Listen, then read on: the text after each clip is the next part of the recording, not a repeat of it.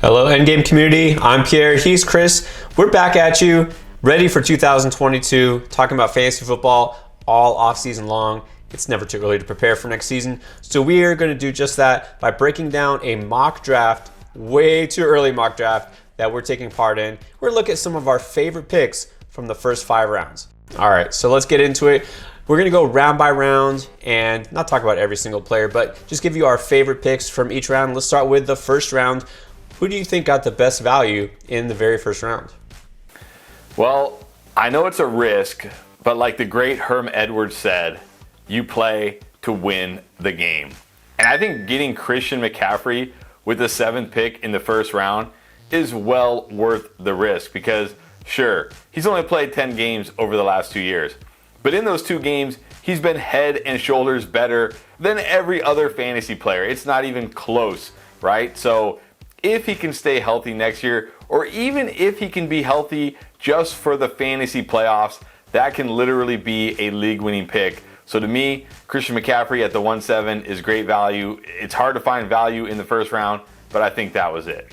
I mean, a guy who just needs to stay healthy to be the number 1 player in fantasy. Yeah, hard to argue against that. Now, I got to give you some props. My favorite pick of the first round was yours at the 1-4. So we've talked about who should be number 1. If you guys seen that video, you know our feelings on Najee Harris. No, he's not the number 1 overall player, but he could rightfully claim the number 2 spot, and you got him at 4. Now, that's not a big difference, but again, you're looking at a guy who I'd say is probably the most risk-free out of this group. For some reason, people don't view him as a top 2 or 3 pick, but I mean, you look at it, this is a guy who finished as number 3 out of all running backs in fantasy points. He was the number 1 running back in terms of targets, number 2 in terms of total carries. He's the workhorse that you are looking for, all right? So we don't know what's going to happen with Ben Roethlisberger being gone. Who's going to be a quarterback? Is it really going to be worse? I think that there's nothing but upside here for Harris, so I love that you took him at 4. All right, let's move on to round 2. Who did you like best in that spot? I'll be honest, this was a tough round for me. There wasn't any picks that I really loved in this one, but I think my favorite was Stefon Diggs at the 2-4.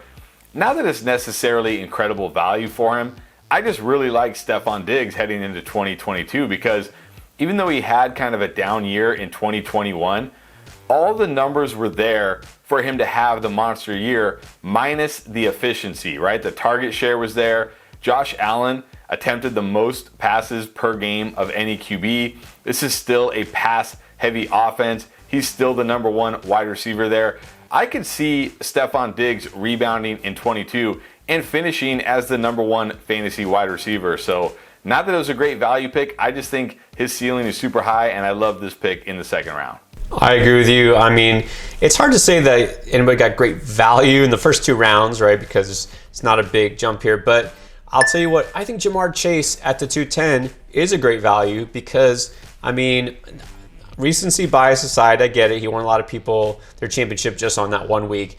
I wasn't one of them, right? I didn't really have Jamar Chase in a lot of redraft leagues, so that's not it, right? This is a guy who has legit contention for the overall fantasy wide receiver 1. Okay, so when you talk about a guy like Tyreek Hill, who I took in the second round, or a guy like A.J. Brown, I mean, it's easy to see Chase surpassing them in scoring. So you get him at the end of the second round, I think that's great value there.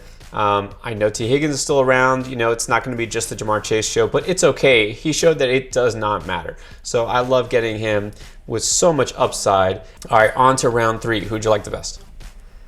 You know, I've never been a big Aaron Jones guy in fantasy. I feel like people overvalue him a bit. But at the end of the 3rd round, I can't say no to that. I mean, what are we really thinking here from Aaron Jones to where he's falling to the end of the 3rd round? Do we just think A.J. Dillon is going to be the guy and Aaron Jones is going to be a complementary piece here? He was still good down the stretch. I get it. He wasn't a top 5, every week running back. But at the end of the 3rd round, that's just ridiculous value for a guy who we know is still the lead back and still the pass catching back on probably an Aaron Rodgers offense. So to me, Aaron Jones at the 3-12 was incredible value. For a guy normally I'm not high on, I would take him there every time if I had the chance. Few running backs aren't in timeshares, so at least you can have one that's in a dynamic offense. So the same goes for DK Metcalf. Look, I'll admit, I called him potentially the wide receiver 1 in fantasy. I thought he might break through and be the guy this year. He wasn't, all right? He had some ups and downs, mostly down. Not because of him, it's because Russell Wilson came back too early from injury. We just found out that DK Metcalf was also hurt. He was nursing a foot injury for the latter part of the season, so that might have affected his ability to get separation. So you put all that together, if you have a healthy Russ, assuming he comes back to Seattle, and then you have DK Metcalf back healthy, we know what he can do. This is a guy who could finally experience that breakout season.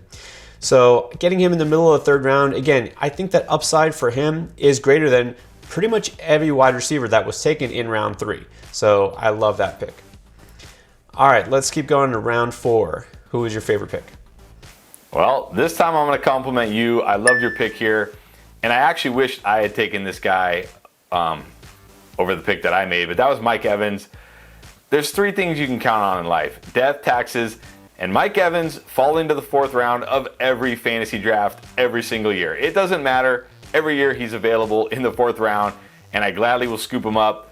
We know he's got that monster ceiling in this Tampa Bay offense with Tom Brady, but there's reasons to like him even more next year. Number 1, I think it's pretty fair to say Antonio Brown will not be a Buccaneer next year. Number 2, Chris Godwin is going to be coming off of an ACL surgery. Who knows if he's going to be ready to start the season? Who knows when he'll be ready? Who knows if he'll ever be 100% next year? Mike Evans is primed for a monster year, and I really think Mike Evans is going to be a top 10 every week PPR wide receiver. So kudos to you for getting him in the 4th round. Great value there. Yeah, it blows my mind that he was still available. And don't forget, death, taxes, and Mike Evans getting 1,000 yards. Was it 8 straight seasons? He's got 1,000 yards. You can just put that in the bank. I just don't get it. People forgot that Godwin and AB aren't going to be there next year. So I definitely don't regret that pick. Now, I wouldn't change it, but I'll tell you what, if he were not available, I would have taken the guy who went right before him at the 4-1, and that is Jalen Waddle.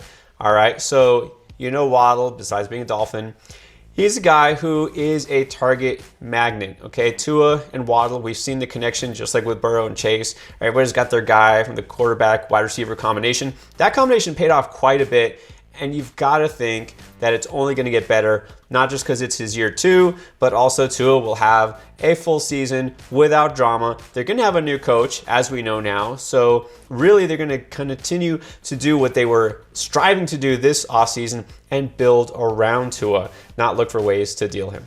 At least that's what I hope. But either way, it doesn't really matter who's throwing it to him. We saw even with Jacoby Brissett, Waddle had some big games. So I got to have Waddle as a great value pick there because he is a monster. All right, so last but not least, the 5th round. Out of all the picks there, who did you like the best? Well, this might surprise some people because I was called a Kyle Pitts hater all season. Had him in a lot of my panic videos. But I think Kyle Pitts in the 5th round is a great pick. Look, he wasn't very good in fantasy. He was okay. He had a few good games, but for the most part, he wasn't worth the pick in fantasy. But he was very good in real life, right? Over 1,000 yards as a rookie. There's reasons to think he can be even better next year. And if he is better next year, then he will be a great pick in fantasy. We already know Matt Ryan is coming back. Arthur Smith has already said Matt Ryan is coming back. We don't know if Calvin Ridley is coming back. Maybe he will, maybe he won't. But regardless, you got to think Kyle Pitts is going to take another step forward, probably going to have more yards, probably going to have more catches, and almost certainly will have more touchdowns than he had this year. So I think Kyle Pitts in the 5th round is a great pick every time you can. So I'm going to take everything you just said and double down because my favorite pick of the 5th round was also Kyle Pitts. And I was a little upset because I was 2 picks away from getting him, walking down my tight end position. Look, a lot of these tight ends are going to be overdrafted again. Okay, I get the security of having the guy with a name like Kelsey or Kittle. Kyle Pitts, I think, is ready to take that leap and become a top 3 scorer. He was pretty good as a rookie, and we know now he's going to get better. My concern, just like you, was that he was going to be overhyped this season coming in, and that he was a rookie who was, 20 years old, just not ready to be a star. He was really good, but now he can be great. So I love getting this pick and locking down that position with a guy with his upside in round 5. If it was a little earlier, I wouldn't love it, but in round 5, I think that's the right spot to take him this year. All right, those are our favorite picks. Again, we'll be breaking down ADP all off season, give you the latest, and help you prepare to win next year. All right, guys, thanks for watching.